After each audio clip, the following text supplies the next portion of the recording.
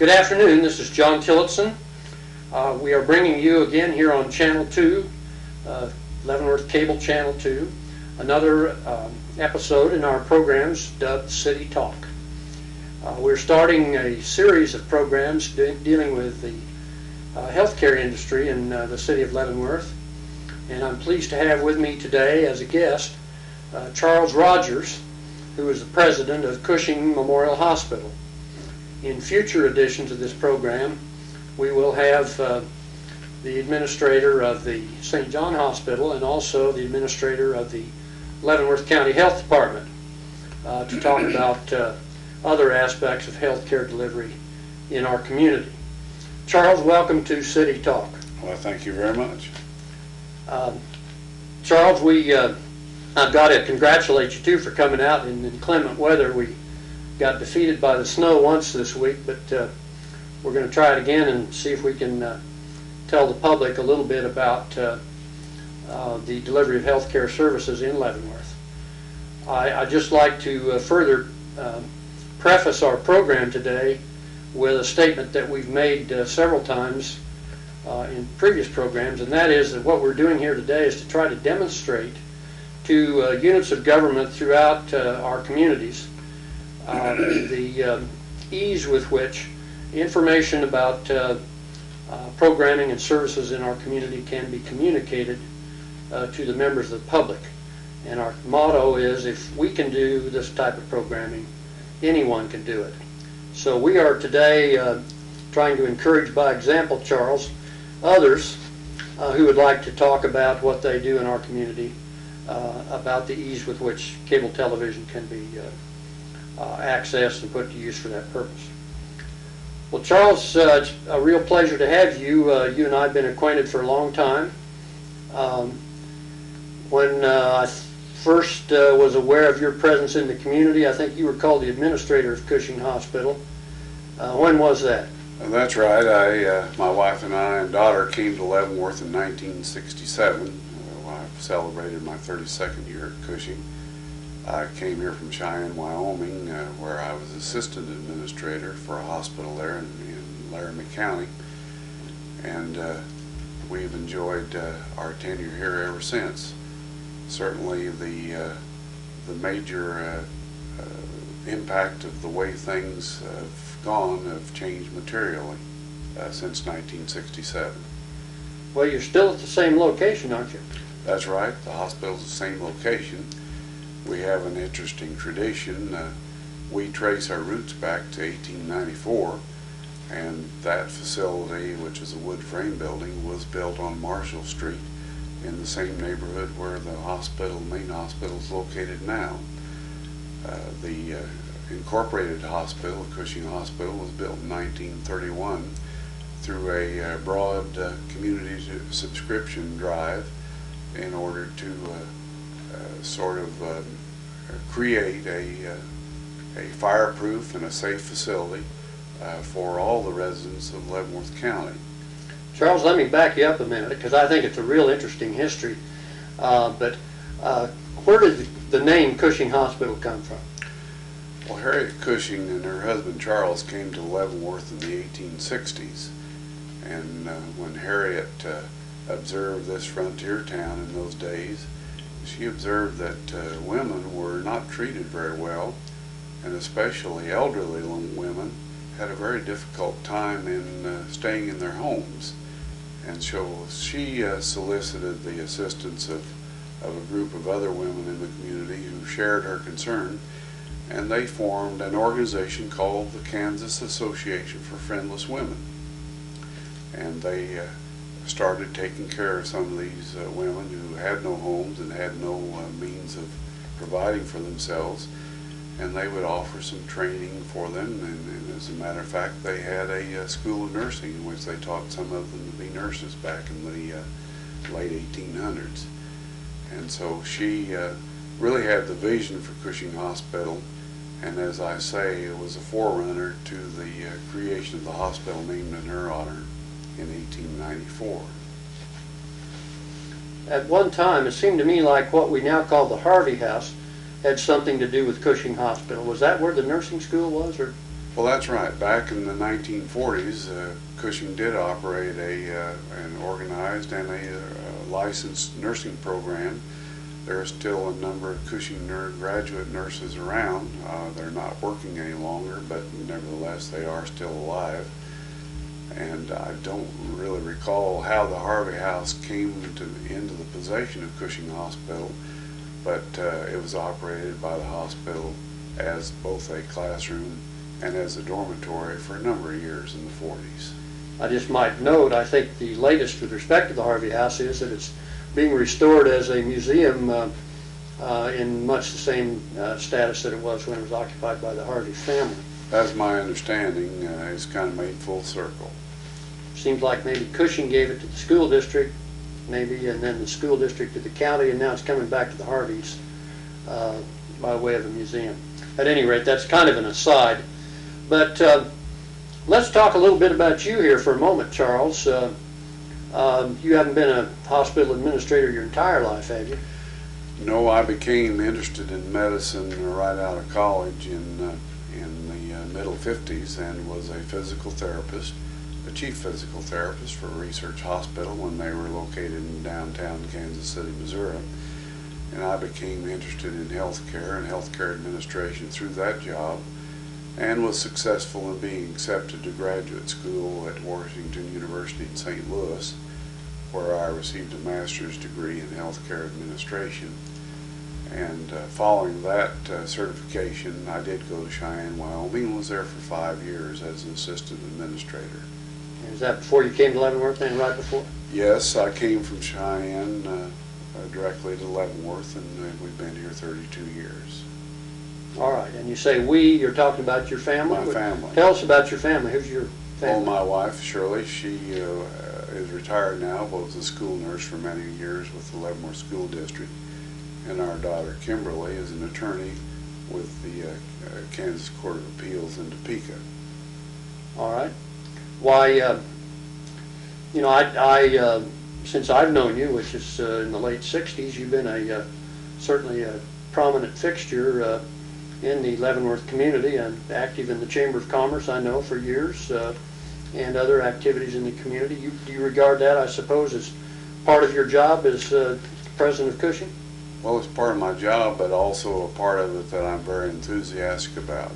Because of Cushing Hospital being locally owned and governed by a local 15-member board of directors, we have a commitment to the Leavenworth community.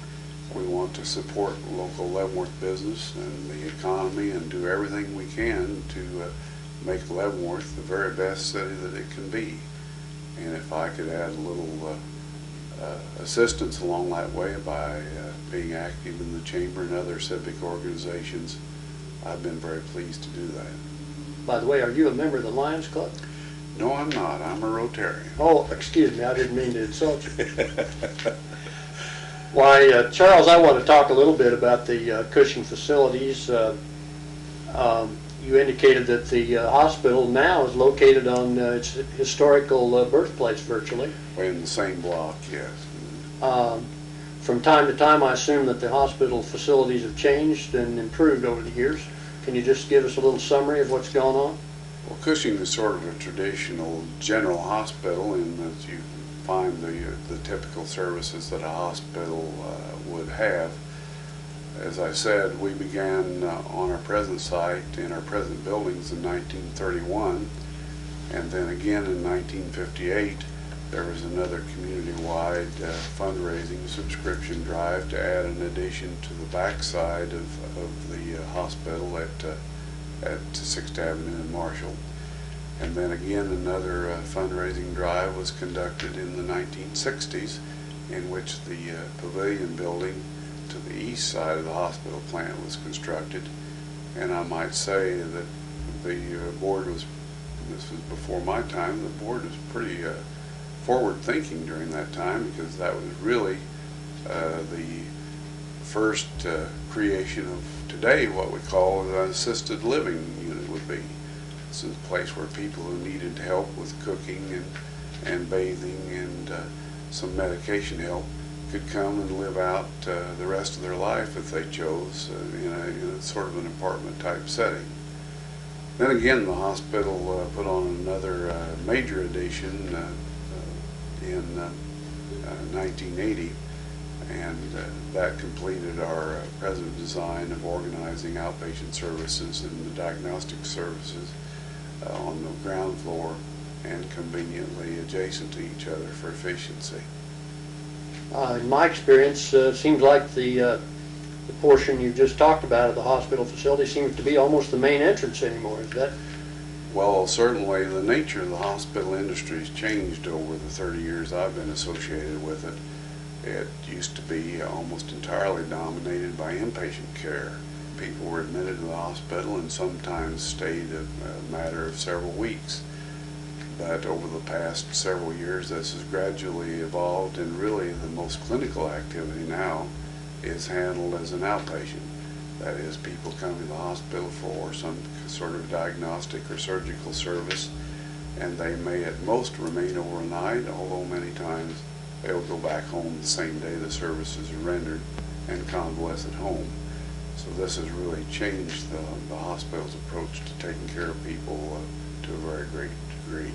Well, related to that, I think we need to note that the hospital owns other facilities besides the hospital proper.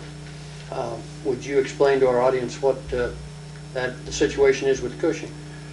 Well, in the middle 1980s, the decision was made by the hospital that it would be helpful to provide office facilities for physicians. In order for physicians to have a successful practice, they really need facilities that are adequate for their practice and as economical as possible as far as the financial implications. So we purchased the Medical Arts Building on 6th Avenue during that time, and it has been leased for private physician practices. And then a couple of years ago, the determination was made that we needed more facilities and better facilities for certain specialties. And so the Cushing Medical Plaza building was open, and several physicians are leasing space from us through that practice. Why, you know, in my experience, I know that over the years you planned, you and the hospital board planned for these expansions of services by acquiring property little by little. And I think some respect has to be paid to the foresight that you and board members have had over the years. I know it's not easy to do these things overnight. None of them happen overnight, do they? Well, that's certainly right. Certainly, we're not a governmental agency. We are a private, non-profit corporation, and so in order to acquire land, we must find a willing seller. And so over the years, as the property in the neighborhood of the hospital became available, or people who were willing to sell, they would cooperate with us in our objective in having adequate room for future expansion. And we're pleased we're positioned even more for the future, since much of the hospital owns the block north of the hospital presently. So we'll have an opportunity for future expansion should the need arise even later. Charles, let me redirect your focus here for just a minute, and let's talk about some of the programs that Cushing carries on or sponsors under either in its facilities or outside. Could you just enumerate some of those that are important to our audience? Well, as I said, we're really a pretty typical general hospital in terms of the scope of services. We, of course, provide acute inpatient care for patients who need to be hospitalized for any of a variety of reasons. We have 24-hour physician-staffed emergency service. We have critical care. We have an area for outpatient observation for people who may need a very brief encounter with the hospital in terms of staying overnight. The hospital operates Hospice of Leavenworth for treatment of the terminally ill, and we also operate Cushing Community Home Health. We of course have an obstetrical unit, a skilled nursing unit, and typical support facilities such as radiology, laboratory, and a host of other diagnostic capabilities. Why, let me follow up on a couple of those. First of all, with respect to the emergency room facilities, one of the things that I notice, particularly when I'm in the neighborhood or at the hospital, there have been occasions when that helicopter flies in there and some patient is lifted out to another hospital. What's going on then? There have been an occasional situation in which a patient may need a service that's not available in Leavenworth. For example, Cushing doesn't provide open heart surgery or neurosurgery or some of the more extremely specialized services.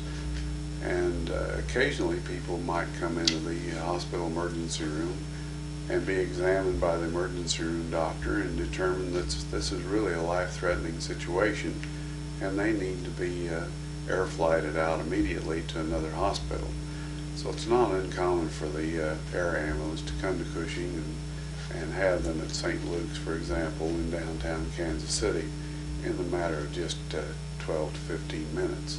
And so this has been a very attractive service in helping people get the kind of care and the kind of treatment they need in a more sophisticated setting.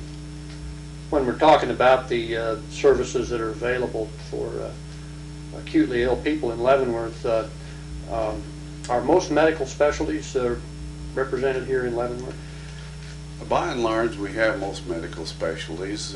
One of the shortcomings we have, some specialties are represented by only one doctor or sometimes two doctors. And so if they happen to be on vacation or at a medical meeting or for some reason or other unavailable, it does pose a challenge that the patient be transported to another facility or another hospital where they can get the kind of specialty care that they need. Over the years, Leavenworth has been what's determined to be medically underserved. That is, the number of physicians that are available to take care of the population that's here has been in short supply. By and large, don't you think that people in Leavenworth enjoy quality health care, not only from their hospitals, but also from their physician community?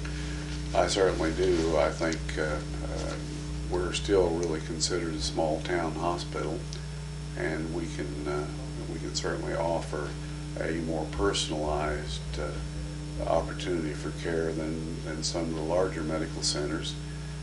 Certainly we're able to take care of probably 95% of people's medical difficulties in a very professional and satisfactory manner. Let me ask you about a couple of the other programs that you mentioned. Home health care. Certainly this is a concept that's everybody's familiar with now, but it's relatively new. At least in my book it is. Talk about what Cushing does there, would you? Well, this has been a sort of recent development over the past few years. As everyone is aware, there's been a push not only from the government standpoint, but also managed care insurance companies, that patients not be left in the hospital any longer than is absolutely necessary. So there's actually an encouragement for patients to be discharged perhaps earlier than they would really care to be. And so we've initiated several steps, a sort of a progressive care system in which a patient might be initially transferred to our skilled nursing unit, which is really designed to be a sort of a convalescent or a period of opportunity for people to recover in a less expensive setting than the hospital. And if they still need additional care, and which many people do with chronic illness, then they are placed into the home health program, in which a nurse and other professionals will visit and actually provide treatment in the home, so that even though they may not be in the hospital setting anymore, they can continue to receive the kinds of services that will help them recover. So the people then that are operating or employed in the home health program are under the supervision of the hospital and the patient's doctors as well. Is that right? Well, that's right. The Cushing Community Home Health and Hospice of Leavenworth are departments of the hospital, and they are employees who provide these services. The patient, of course, maintains their private doctor to provide overall direction to the kinds of services and the kind of treatment that might be needed. Now let's talk about the hospice program. Again, I think that's a relatively new concept, and why don't you tell us what role Cushing plays in the delivery of hospice care in Leavenworth? Well, the basis for hospice, the original idea was to provide an opportunity for patients who have a terminal illness to die with dignity and comfort with their family, many times in the comfort of their own home. It was felt that people who are left to die in an institutional setting many times felt abandoned, and their families, of course, were not in contact with them as much as they might be in their home. And so the hospice concept was to try to bridge that gap and allow people who chose to be comfortable in the last few weeks or even months of their life. And we think it's been a great help for people, not only psychologically to be with their families and loved ones and consider their spiritual needs, but also, of course, it's far easier to control their pain if it's necessary in a home setting where family members can help. Let me ask you about another hospital service which you didn't mention, but one that I think is certainly essential to our community, and that's what I believe you call the Transition Center. That's right. What is that? The Transition Center was designed to provide a psychiatric support for senior adults, men and women who are over age 55, and most of them are even over age 65, in which they, because of the course of aging and the life that they find themselves leading, they become depressed or require some psychiatric help in order to help them cope with the situation in which they find themselves in.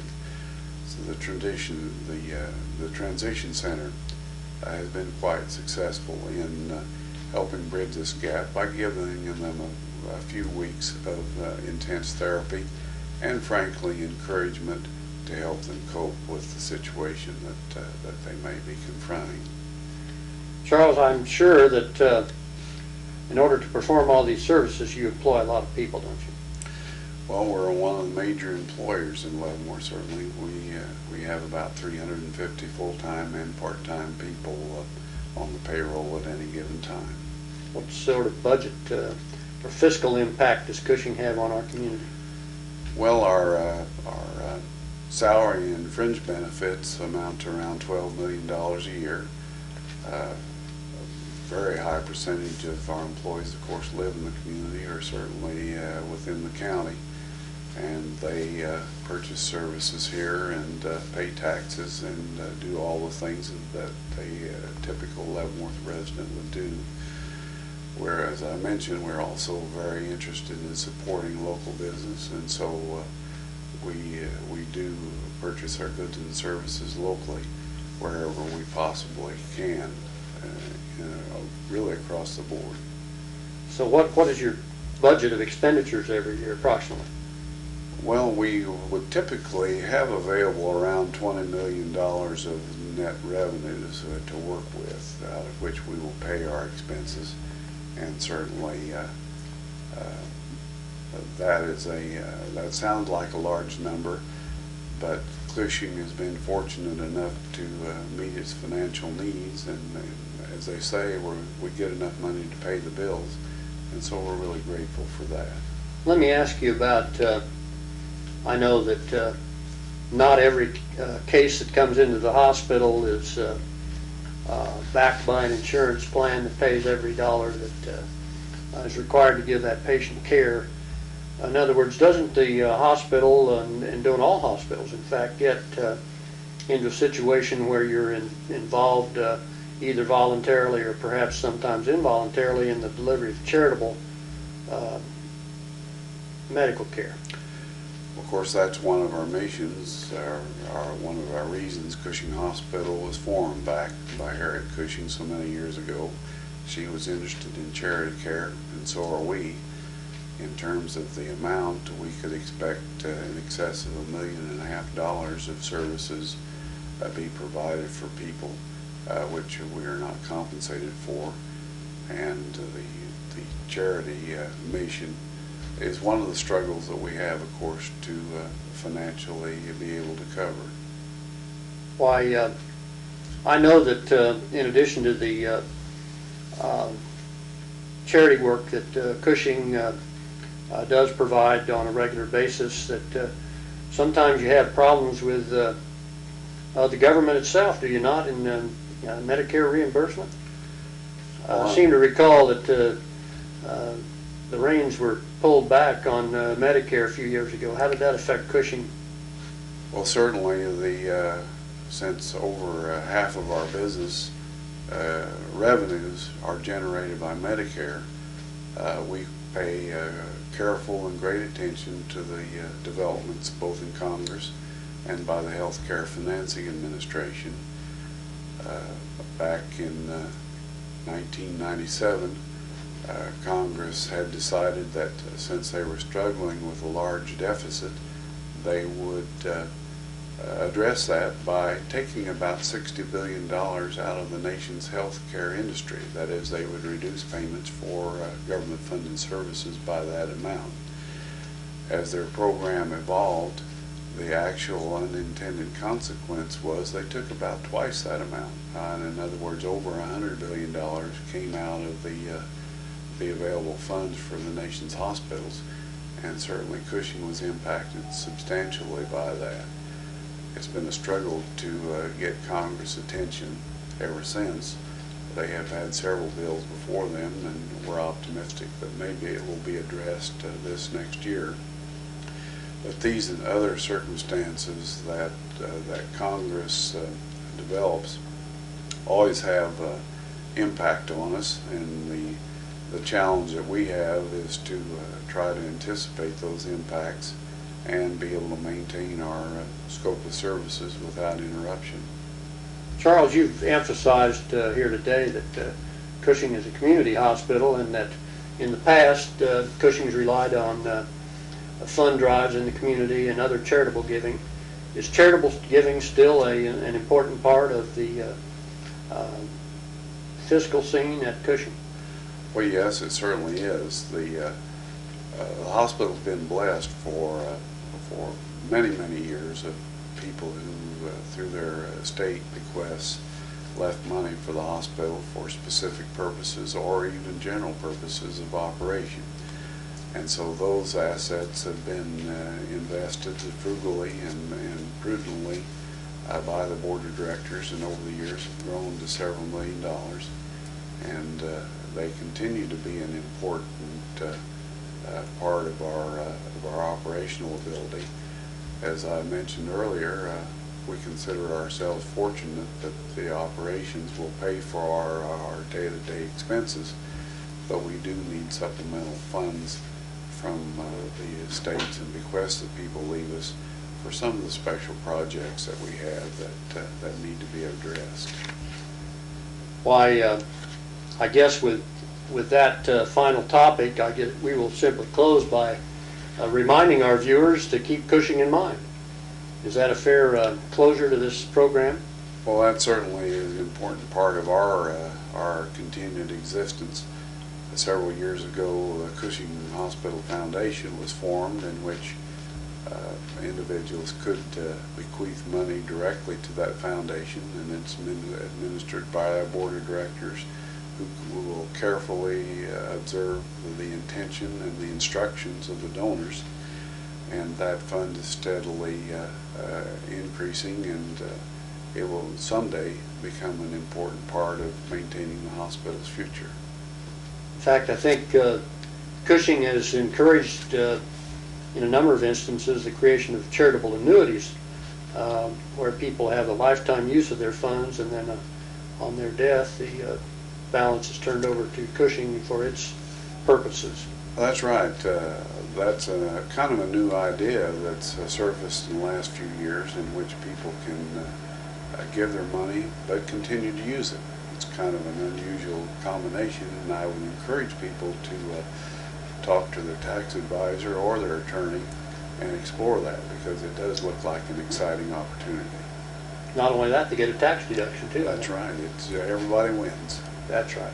Well, it's certainly been enjoyable and informative to have you talk about healthcare, Charles. This is Charles Rogers, who's been our guest today on City Talk. I appreciate your coming, Charles, very much. I thank you for having me. And with our next program on City Talk, we can expect to talk to the administrator of St. John Hospital, who is Mark Jager. Please be with us for that program. Good evening.